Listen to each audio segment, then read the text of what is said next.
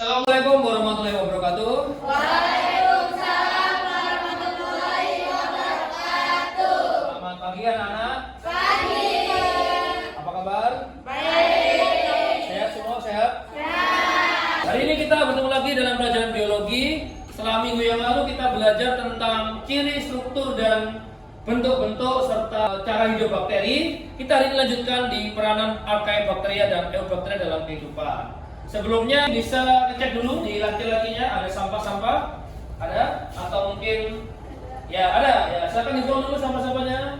Sebelum memulai pelajaran kali ini, marilah kita berdoa. Ketua kelas bisa dipimpin teman-temannya untuk berdoa. Sebelum kita belajar, marilah kita berdoa menurut agama dan kepercayaan kita masing-masing. Berdoa dimulai. Berdoa selesai. Kita ini pemanasan dulu, mungkin bisa peregangan dulu ke atas. Tangan ke atas ya. Ya, depan. Ya, disapa temannya, disapa. Tanyain kabarnya. Disemangatin. Oke, terus semua tepuk tangan semuanya. Nah, jadi kita harus seimbang dalam hidup ini antara belajar dan juga olahraga. Kenapa ya? Karena ini terkait dengan pelajaran kali ini. Sebelum kita mulai pelajaran, saya cek kehadiran. Ada yang nggak masuk hari ini? Ada.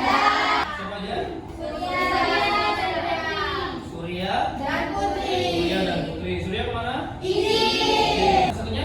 Putri. Kenapa? Sakit. Kita doakan supaya Putri lekas sembuh kembali dan dapat bergabung kembali di kita dalam pelajaran berikutnya. Amin. Kira-kira apakah bakteri di dunia ini hanya menimbulkan penyakit saja seperti yang ada di sini? Jawabannya apa kira-kira? Tidak. Angkat tangan. Silakan Amanda. Tidak. Alasannya? Karena bakteri bukan cuma di tangan aja. Yang lain ada? Ada bakteri tidak hanya menimbulkan penyakit, tapi ada juga yang buat kesehatan. Contohnya bakteri pada yogurt. Beri tepuk tangan untuk Desti dan Amanda. Oke, tujuannya ada 3. Yang pertama, kita dapat menentukan perannya Archaebacteria dan Eubacteria. Artinya ada yang peran positif dan peran negatifnya dengan tepat melalui pembelajaran ceramah seperti ini, dan nanti ada diskusi, tanya jawab, dan kalian mencari sendiri di internet atau sumber-sumber lain. Yang kedua, kita dapat menganalisis perannya itu, apakah perannya itu sekedar merugikan, terus kalau merugikan bagaimana, bidang apa saja, terus kalau menguntungkan apa saja sih yang bidang yang menjadi bahan dari bakteri ini gitu kan. Nah, yang terakhir adalah kita membuat data inventarisasi penyakit yang disebabkan oleh bakteri, lalu upaya pencegahannya. Jadi kita akan buat kesepakatan. Jadi hari ini kita belajar dengan metode project based learning atau pembelajaran berbasis proyek. Akan ada sedikit materi yang saya sampaikan. Kesepakatannya adalah ketika saya menjelaskan, kalian harus menyimak, dan ketika nanti saya sudah boleh kan untuk diskusi kelompok, barulah kalian boleh berdiskusi dan bisa menggunakan handphone atau gadget atau laptop yang sudah kalian pegang. Bisa disepakati? Setuju semua? Setuju. Ini ada berbagai peranan bakteri bagi kehidupan manusia. Salah satu peran bakteri yang menguntungkan adalah bakteri yang membusukkan sampah. Pernah tahu di usus ada bakteri? Tahu. Apa ini?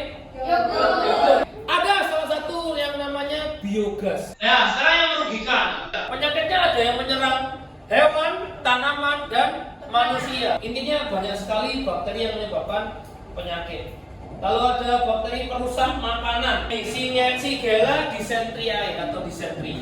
Penyakitnya dysentery. Jadi nama-nama penyakit biasanya nggak jauh-jauh dari nama bakterinya. Selanjutnya kita baca dulu ada artikel cara mencegah penyakit yang disebabkan oleh bakteri. Bakteri ada di mana-mana di rumah, tapi beberapa tempat lebih rawan jadi sarang bakteri. Baik, kita nonton video dulu. Ada salah satu video peranan bakteri mungkin untuk memperdalam pemahaman. Kita lihat peranan bakteri ini ada yang menguntungkan dan ada yang merugikan ya. Dalam sisa-sisa sampah pencernaan, tapi E. coli ini juga membantu menghasilkan vitamin K ya, jadi berperan dalam proses pembuatan bahan makanan. Selanjutnya kalian duduk berkelompok sesuai yang saya bagi kemarin. 1 di depan, 2 sini, 3 di belakang, 4. Lalu kerjakan langsung di sini. Ini adalah proyek, baca dengan baik-baik. Membuat data penyakit yang disebabkan oleh bakteri di lingkungan sekitar. Kita coba membuat proyek, kalian data. Lalu upaya pencegahannya ini apa kira-kira? Mencegah penyakit tersebut.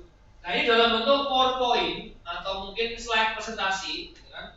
Lalu dengan ketentuannya bisa dibaca juga di sini. Itu ada menggunakan PowerPoint yang bebas dan sekreatif mungkin.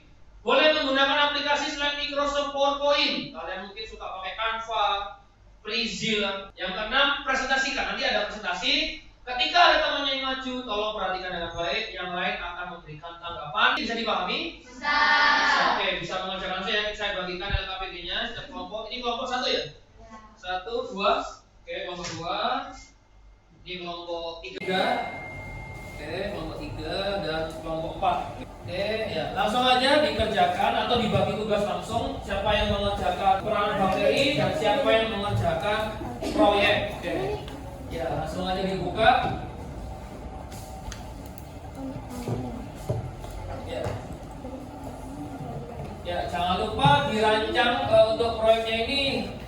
Ya, diskusikan dulu dengan temannya. Kira-kira mau membuat apa nih PowerPoint-nya? Isinya apa nih? Nah, boleh pakai HP langsung diskusi dengan teman-temannya. Ya, jangan lupa tulis namanya, nama peserta dan nama kelompok. Dirancang dulu. Ya, boleh browsing. Boleh lihat referensi dari Google.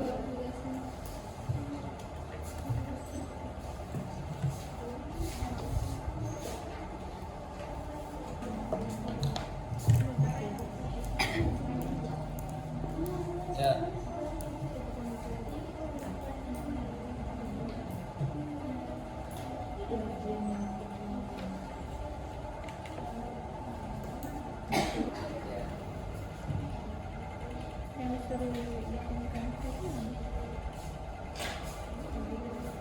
Saya beri waktu untuk berdiskusi kurang lebih 20 menit.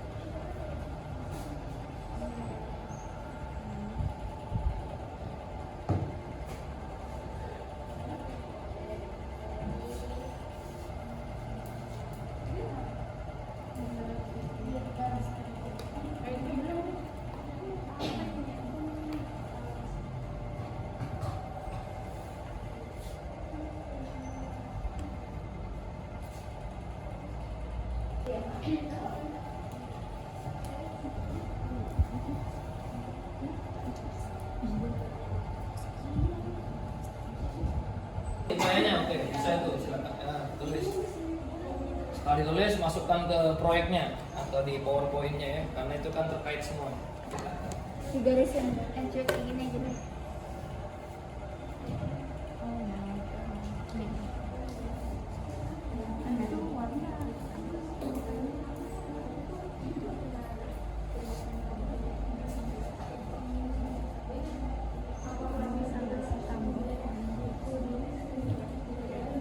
Ya, kelompok mana yang siap maju?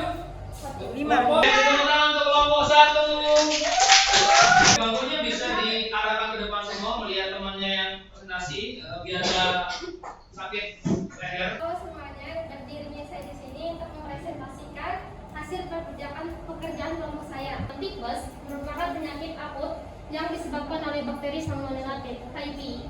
Bakteri ini biasanya ditemukan di air atau makanan yang terkontaminasi. Selain itu, bakteri ini juga bisa ditularkan dari orang yang terinfeksi. Gejala dari demam tifoid. Upaya pencegahan demam tifoid: 1. Menjaga kebersihan. 2. Menghindari kontak dengan orang yang sakit. Ada pertanyaan? Ada. Perkenalkan, nama saya Desti Fauzia, saya dari kelompok 3. Jadi saya ingin bertanya, penyebaran penyakit ini kan tadi katanya bisa lewat media makanan atau minuman yang sudah terkontaminasi. Selain itu, media ini, bakteri ini bisa lewat mana saja sih penyebarannya? Ya, baik, terima kasih atas pertanyaannya. Saya akan menjawab pertanyaan dari Desti dari kelompok 3. Selain tersebar melalui makanan dan minuman terkontaminasi, kita juga bisa tertular penyakit akibat kontak fisik dengan orang yang terinfeksi. Misalnya nih di rumah sakit kita bertemu orang yang terinfeksi, bisa aja kita terinfeksi juga karena mungkin kita tidak melakukan pengamanan diri sendiri. Apakah sudah paham? Paham. Oke. Silakan. Perkenalkan, nama saya Naila Junifa dari kelompok 4. Saya ingin bertanya, kenapa penyakit tipes ini rawan pada anak-anak dan remaja? Baik, terima kasih atas pertanyaannya. Saya langsung jawab ya. Jadi, kenapa sih tipes ini rawan di remaja dan anak-anak? Karena nih, anak-anak itu kan biasanya pikirannya dia bermain kan? Mungkin juga bisa tidur dan sebagainya. Tapi karena tipes ini dominannya dengan kelelahan akibat beraktivitas yang panjang, mungkin anak-anak sering terkena penyakit tipes ya, mungkin karena mereka kelelahan bermain, kelelahan untuk kesana kesini gitu. Dan untuk remaja mungkin bisa penyakit dari bawaan dari masa kecil ya. Seperti saya juga dulu terkena penyakit tipes ini dari umur 2 tahun karena kelelahan akibatnya itu. Apakah sudah paham? Saya tambahkan, tadi bagus sekali pertanyaan dari Desti dan Naila, penyakit tipes itu, dan bagus juga dari pemaparan kelompok 1. Tapi bagus sekali tadi, apakah cuma lewat makanan atau minuman ya? Jadi memang rata-rata mayoritas itu lewat apa yang masuk ke dalam tubuh gitu kan, cairan tubuh gitu kan. Nah, bisa jadi juga kita mungkin ditambahkan dengan kontak fisik, tapi memang dominan itu dari sumber makanan ya, makanan yang mengandung bakteri yang penyebabnya tadi. Di dalam rumah sakit tadi ya, pasien yang belum mencuci makanannya, piringnya itu kan, itu bisa jadi media penularan.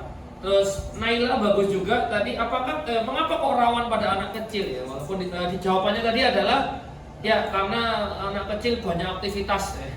Ya menurut saya juga selain banyak aktivitas, saya tambahkan lagi anak-anak itu memang mungkin belum mendapatkan pengetahuan dan wawasan untuk istilahnya kayak melindungi diri sendiri untuk kesehatan dengan baik. Kami dari kelompok 3 ingin mempresentasikan hasil kerja kami. Saya mengambil kasus diare. Diare ini disebabkan oleh bakteri. Jadi yang pertama, pasti orang-orang kan bertanya, apa sih itu diare? Diare adalah penyakit yang membuat penderitanya menjadi sering buang air besar dengan kondisi tinja yang kencang. Bakteri ini sering menjadi penyebab utama kasus diare. Kebanyakan bakteri ini tidak berbahaya dan sering hidup dalam saluran pencernaan manusia. Namun, beberapa jenis bakteri ini dapat mengeluarkan racun yang menimbulkan infeksi akut dan diare. Umumnya, infeksi ini terjadi pada anak-anak. Nah, pengobatan diare itu, pengobatan utama diare adalah untuk mencegah dehidrasi. Karena banyaknya cairan yang hilang dari tubuh akibat diare tersebut. Selain itu, konsumsi makanan lunak, suplemen probiotik, dan obat anti diare yang bisa didapatkan di apotek. Nah, pencegahan diare bisa dilakukan dengan cara untuk selalu menjaga kebersihan diri dan makanan, misalnya dengan mencuci buah dan sayur, tidak mengkonsumsi makanan dan minuman yang belum dimasak sampai matang, dan rajin mencuci tangan dengan sabun. Ya, segitu dari kami. Apakah ada yang ingin dipertanyakan? Boleh juga tentang desainnya atau hasil kerja proyeknya yang artinya tidak selalu dengan materinya ya, boleh. Perkenalkan, nama saya Tifa dari kelompok 1. Ingin menanyakan, apakah diare ini bisa menyebabkan kematian atau mungkin overdosis? Overdosis dalam bentuk apa nih? Overdosis obat atau overdosis penyakitnya? Overdosis obatnya. Obatnya. Bagus sekali. Ya, bagus sekali pertanyaan Atifah. Umumnya, diare ini adalah sebuah penyakit yang tidak berbahaya. Namun, bila tidak mendapatkan penanganan yang serius, bisa menjadi penyakit yang fatal. Terlebih pada anak-anak karena dia bisa merembet ke peradangan usus, itu.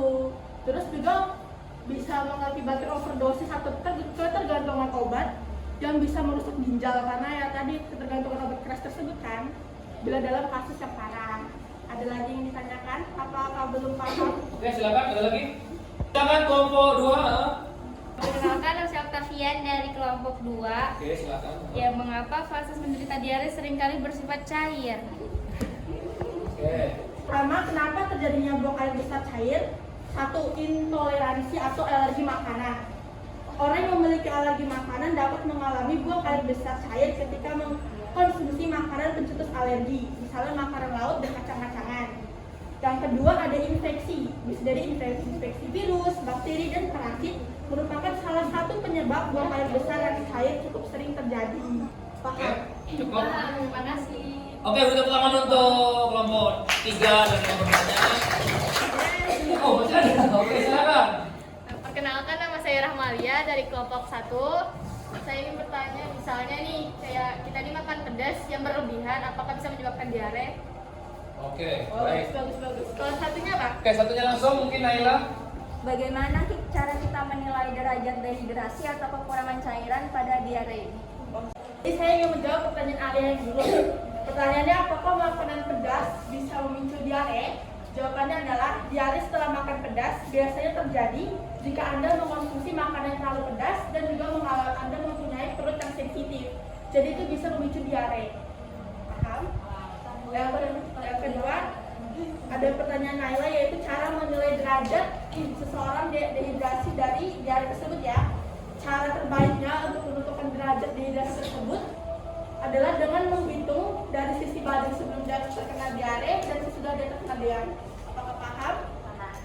Oke. Oke, baik. Saya tambahkan, bagus sekali pertanyaan yang muncul. Yang pertama tadi, apakah Bisa menyebabkan kematian? Oh iya, kematian. Baik, ya bagus sekali karena memang di beberapa kasus saking parahnya diare itu bisa menyebabkan orang dehidrasi. Orang dehidrasi itu kekurangan cairan. Kita ini nggak bisa kekurangan cairan, maka dari itu kalau orang sakit biasanya pakai infus karena nggak bisa makan, nggak bisa minum, gitu kan. Oke, sehingga di beberapa kasus yang nggak tertangani dengan baik, diare bisa menyebabkan kematian. Pertanyaan bagus, kenapa kok tinjanya orang diare encer, gitu kan? Faktornya ada di usus. Penyakit diare, bakterinya itu nyerang usus. Usus kita yang normal itu menjalankan tugas dengan baik, menyaring makanan, terus menyerap makanan, sampai membusukkan makanan menjadi kotoran yang normal. Karena ususnya terganggu, akhirnya dia nggak bisa kerja dengan baik. Akhirnya makanannya tadi jadi encer karena airnya nggak diserap lagi sama tubuh, karena harusnya airnya masuk lagi ke tubuh. Keluarlah tinja beserta airnya yang menjadikan encer. Kalau makan pedas, nah itu juga sama. Di beberapa orang dengan kemampuan perut yang sensitif atau perut yang tidak terlalu kuat pedas, itu makan cabai satu aja udah bisa diare gitu kan. Nah, tapi ada juga orang yang makan cabai 10, 20 biasa aja gitu kan. Sehingga tapi normalnya memang cabai itu menyebabkan panas. Panas ini yang menyebabkan perut atau lambung dan usus bergejolak sehingga kerjanya nggak normal lagi gitu loh. Sehingga bisa entah diare atau yang parah itu radang lambung, radang usus, ya, itu akan membuat terganggunya sistem. Oke, sebelum diare ada yang bisa membuat kesimpulan hari ini belajar apa aja? Perkenalkan, nama saya Amanda. Kesimpulannya, kita mengenal banyak macam-macam bakteri dan tidak semua bakteri menyebabkan penyakit. Oke, terima kasih untuk Amanda. Tepuk tangan untuk Amanda. Ada lagi yang menyimpulkan? Soalnya kita bisa dapat mengetahui macam-macam bakteri dan juga penyakit yang ditularkannya. Lalu bagaimana cara mencegah penyakit itu supaya nggak terulang atau nggak terjadi kembali pada tubuh kita. Serta cara pengobatannya ketika kita sudah terkena penyakit itu, apa sih cara yang tepat untuk mengobati penyakit itu? Tepuk tangan untuk Atifah. Baik, oke, saya tambahkan, jadi hari ini kita belajar banyak tentang peranan bakteri. Ada yang menguntungkan, ada yang merugikan, dan nggak selamanya merugikan. Seperti kata Amanda tadi, tidak selamanya bakteri itu hanya menyebabkan penyakit. Ada yang digunakan untuk membuat makanan, minuman, pertanian, dan lain sebagainya. Sehingga kita dapat memanfaatkan dan juga mungkin juga bisa menghindari penyakit yang disebabkan oleh bakteri. Oke, baik, setelah ini boleh kembali ke tempat duduk masing-masing. Bangkunya dikembalikan lagi seperti tadi. Buku LKPD-nya disimpan. Kita adakan evaluasi untuk mengukur pemahaman kalian. Evaluasi peranan bakteri dalam kehidupan. Dibuka, langsung start kerjakan, langsung diisi di situ aja. Dibaca pertanyaannya dan langsung dijawab di situ saja. Ya, kerjakan sendiri-sendiri. Oke.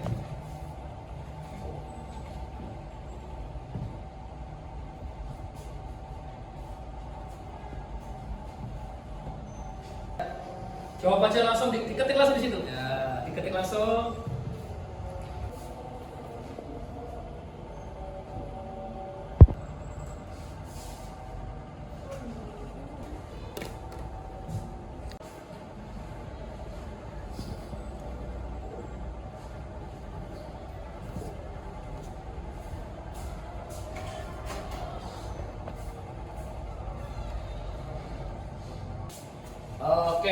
Baik, sudah ya?